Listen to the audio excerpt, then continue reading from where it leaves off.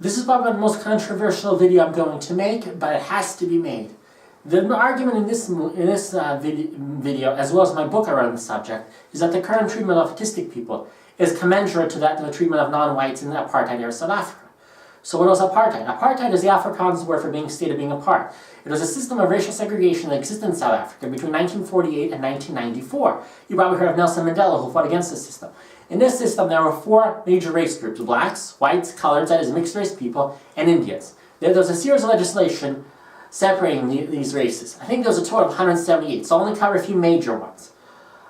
In the Immorality Act, which banned interracial sex, Prohibition of Mixed Marriages Act, Group Areas Act, which reserved separate parts of South Africa for each race, and the Population Registration Act, which divided the population into four racial groups. And of course, when non-whites were given us our inferior education, the Bantu Education Act. Opposition to apartheid was enforced through the Suppression of Communism Act and the Terrorism Act.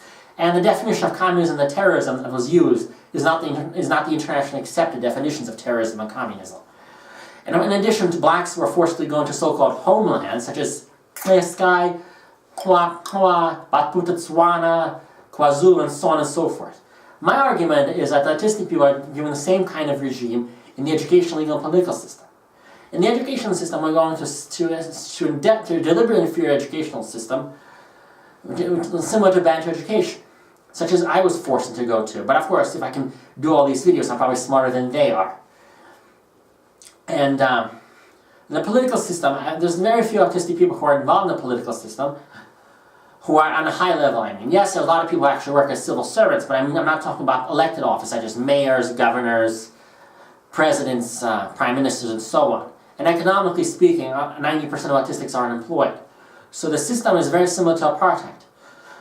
So how are we going to correct this problem? Well, it's a very long story, but it will require a comprehensive overview of how the educational, economic, legal, and political systems work. And I will leave in the comments how to do it.